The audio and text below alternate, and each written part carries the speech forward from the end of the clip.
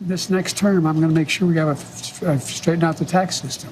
I'm going to make sure we're in a situation where we have health care for all people, where we're in a position where we have... What? Joe Biden comes out for Medicare for all? What? Fuck. I'm sure George Stephanopoulos is going to follow up on that. That's huge breaking news. Now they're really going to make sure he's replaced. Right. Child care and elder care, free up, and all these things. The one thing I'm proudest of... Did he say child and elder care for free, too? This man, he's clearly on drugs still. And you remember when my economic plan was put forward, a lot of the mainstream economists said it's not going to work. Well, guess what? You now have 16 Nobel laureates, 16 of them in economics, saying that Biden's next term would be, based on what he wants to do, enormous success. Trump's plan would cause a recession, would significantly increase inflation. I've made great... How is this substantively different, right? He can't even say it sharply. He doesn't even have the used car salesman energy. He doesn't have the quick talk and flow, right? But how is this any meaningfully different than what Donald Trump would be saying? Oh, Joe Biden, this country's a disaster. Many people are saying that. They're saying a lot of things. They say a lot of things about Joe, though he doesn't know them. He doesn't understand it. It's a real sad predicament that guy's in. Got to get him out of here. Got to get him out of there fast. The Democrats, what are they doing? What are they doing? People are saying, though, once we get back in power, I'm going to straighten out the tax system. We're going to get the economy roaring back. China's going to respect us again. That's what we need, folks. They don't respect us. Frankly, who could you respect? How could you respect that guy? Look at it. His family doesn't even respect him. Nobody respects him. Nobody respects him. How could you vote for him? We got to get him out of here, folks. It's a disaster. This country's a train wreck. The economy's a train wreck. How is that any different than what Joe Biden's fumbling and fucking through? Yeah, and all the things he's bragging about too, you'll notice like he can't actually name or like explain any policy he's actually implemented. Like he says like, oh, my economic agenda, you know, it was they didn't like it when I announced it, but now look how we're doing. Like, what does that even mean? Like, what did you actually do? Or earlier when he's like, later today, I'm announcing, 2,000 new jobs. It's like, okay, well, you might be announcing it, but like, what did you actually do to make that happen? Like, what is the policy here? Like, what jobs are they? What are you bragging about? Because right now it just sounds like you're listing off like vague, fake accomplishments. Oh, yeah, we took on Big Pharma. Yeah. Okay, like, what does that mean? Progress, and that's what I plan on doing, and we can do this. I understand that, and I'm not disputing that. What I'm asking you is about your personal situation. Do you dispute that there have been more lapses, especially in the last several months? Can I run the 110 flat? No, but I'm still in good shape. Are you more frail? No. I know you Come spoke. keep my schedule. I know you spoke with your doctor after the debate. What did your schedule that only exists from 10 a.m. to 4 p.m.? Boy, you're a real hustler. You say? I honestly also think it's like a mistake for Biden to gaslight to this extent. Like, because to say I'm not frail, like, what the fuck are you talking about? We all watched you fall off a bicycle like 2 months ago or whatever. Like, I guess that was actually like a year ago, but still.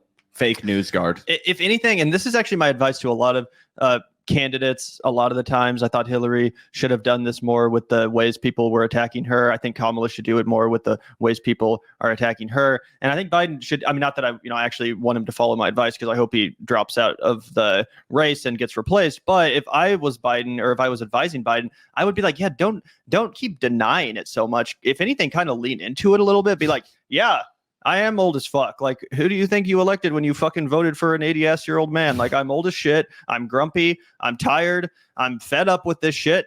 And that's why I'm the one to do the job, because I'm the only one with the experience. I don't know. Like, spin it into something less fucking pathetic than just sitting here and pretending like you're a decade younger than you are. Do you disagree with that, or do you think that would just be admitting defeat? Oh, no, I totally agree with you. Right now, he's just looking like a lackluster off-Broadway version of Dune, and he was like cast as the worm. You know what I mean? It's like, oh, this is the guy you found. He does kind of look like a worm, but he's not super intimidating, right? It's just pathetic. It's embarrassing. And yeah, I mean, at this point, right, use Trump's model against him. Just lean into all of the criticism and own it instead, right? Yep. The B rabbit. Yeah, I am white. I am a fucking bum. I do live in a trailer with my mom. You know what I mean? Tell me something that they don't know about me, right? He said, he just looked at me and said, "You're exhausted." I said, "Look, I have medical doctors travel me everywhere. Every president does, as you know. Medical doctors, some of the best in the world, travel me everywhere I go. I have an ongoing interview with one of those assessment of what I'm doing. They don't hesitate to tell me if they think there's something wrong." I know you said you have an ongoing assessment. Have you had a full neurological and cognitive evaluation? I get a full neurological test every day. with me. And I've had a full physical. I had, That ain't normal, Jack. I get a full neurological evaluation every day. People are waiting for the boot to drop. Don't worry. Kamala's ready to get sworn in on Air Force One at a moment's notice, Jack. Oh, boy. He thinks he's defending himself, too. That's what's pathetic about this, guys. That's what's shameful. It's shameless, actually, for people around to let him do this to himself. I think one thing we can agree on, Gavin, is that once you pass the age of like 75, you just turn into a little boy again. And it's just like, I look at you like some kid that let us, some third grader that ran into my bar. I'm like, get this kid out of here. It's not his fault. Like, I'm looking for somebody's parents to yell at. You know what I mean? Yeah, I definitely do feel that way about Biden now, where it's almost hard to, like, I almost feel like some of my hatred and anger towards Biden and his awful policies has, in a sense, kind of dissipated or evaporated a little bit, just because I do genuinely kind of just feel bad for the guy now. And I don't even think when you're this far gone that you can even truly be held responsible for the crimes you committed as a more, with it or, cognitively there individual. So don't get me wrong. I still fucking hate Biden. But yeah, it is getting to the point where it's just like you're just watching an old man be abused. Yep. But it's kind of fun sometimes. And you know what? Joe Biden's lucky he's not at the fucking Hague. If the fucking sake or the fate of the nation wasn't, in jeopardy because of it, it would be a lot more funny. If it wasn't preventing me from getting a solid 8 hours of sleep every night, I keep waking up every 45 fucking minutes now. I've been able to read for my physicals. Yes. The answer is I know your doctor said he consulted with a neurologist. I guess I'm asking a slightly different question. Have you had the specific cognitive tests, and have you had a neurologist, a specialist, do an examination? no one said I had to. No one said. They said I'm good. Would you be willing to undergo an independent medical evaluation that included neurological and cognitive tests and release the results to the American people? Look, I have a cognitive test every single day. Every day I have that test. Everything I do. Not only am I. All right, now it's becoming clear he doesn't know what a cognitive test is. He doesn't understand they're asking for a doctor to neurologically evaluate his brain to find out how many of those cells have just died off in mass. See if maybe there's a humongous tumor that's starting to eat away at his motor function. Hey, just run-of-the-mill stuff for the president. I campaign him, but I'm running the world. And that's not how it sounds like hyperbole. But we are the essential nation in the world. Madeleine Albright was right. And every single day, for example, today, before I come out here, I'm on the phone with the Prime Minister anyway, I shouldn't get into detail, but with Netanyahu. I'm on the phone with the new Prime Minister of England.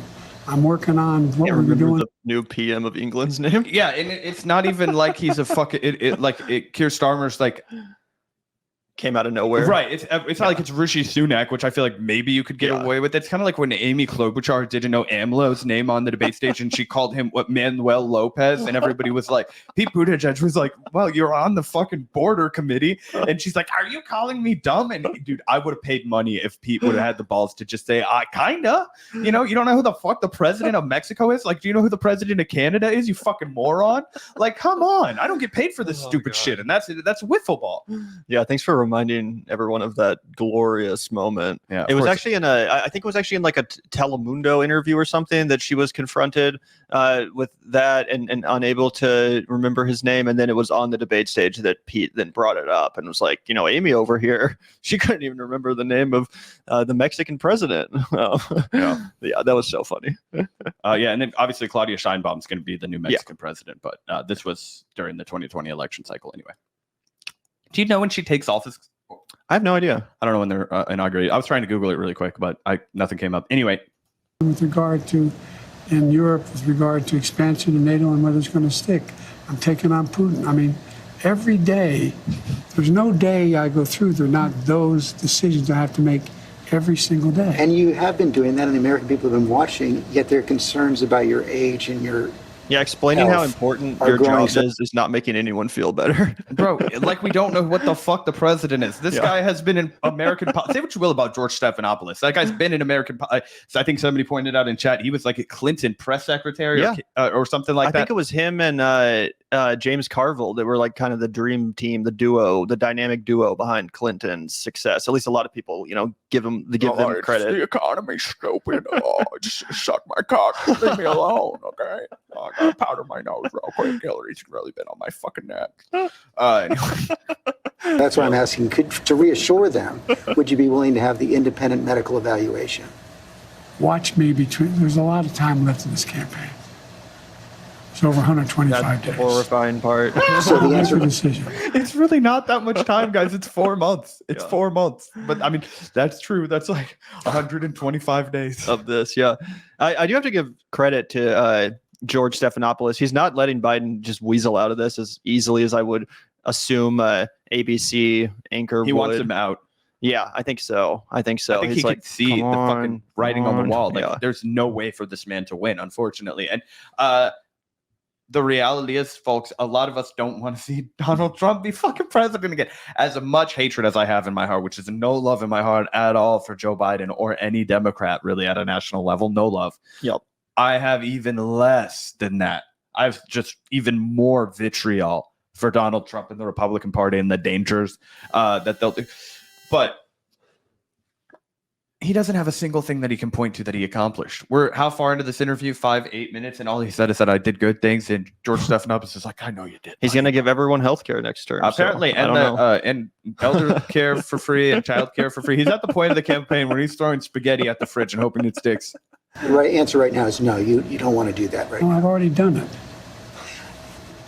You talked a And lot again, about your this- he- successes in the, at Sorry the to pause it one more beginning time. of But this. literally, like 5 seconds ago, he was complaining about how many lies Donald Trump told on the debate stage and how outrageous it was for the moderators to not fact check him. How many times did he just fucking lie in the last 2 minutes? Probably 10 times, saying over and over again that he's taken a test that he has not taken. I'm pretty sure he took it with Nelson Mandela, actually. Yeah, when they were in prison together, Yeah. they had nothing else to do. They got bored, had to give each other cognitive exams. Mhm. He always does that in honor of his, great uncle who was cannibalized on that island in World War II.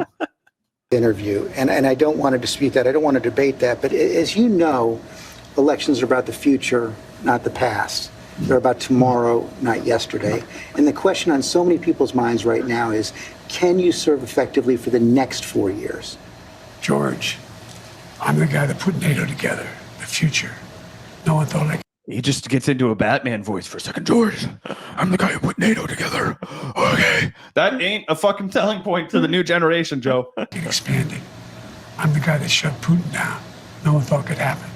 I'm the guy that put together. Okay, what? How are you going to try and argue that you're the guy that shut Putin down when he invaded Ukraine under your And it's watch? still happening. And it's yeah. still happening. And Ukraine's lost a shitload of people, and they're going to have to basically agree to losing a lot of territory if they want the war to end. That ain't winning, Joe. Yeah. That's actually giving Putin And let me what he guess, he's wanted. also brought peace to the Middle East and, And the restored- economy's back, man, Mhm. in a big way. Yep.